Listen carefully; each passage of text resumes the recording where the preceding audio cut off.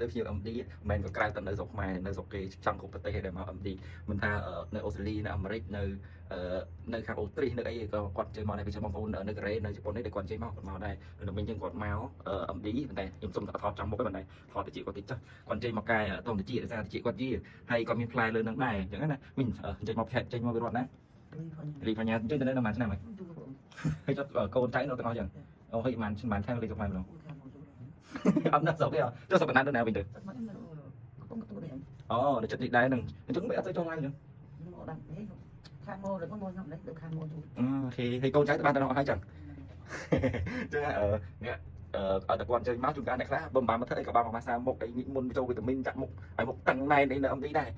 ព្រោះគាត់ទុកចិត្តចឹងបើច្រើនបើអ្នកនៅខាងនោះគាត់ឃើញតាម Facebook ឬក៏ TikTok ហើយអ្នកខ្លះបងប្អូនណែនាំហ្មងមាន view ខ្លះណែនាំគ្នាឲ្យមកហ្មងនេះកក់ booking មកឲ្យទៅមកសុខគឺត្រូវទៅមកហ្មងហើយនេះកំពុងតែកាយតិចកាយតូនជាគាត់ស្អាតពេលកាយតូនជាស្អាតយើងសួរពាក់កបិលវិញហើយ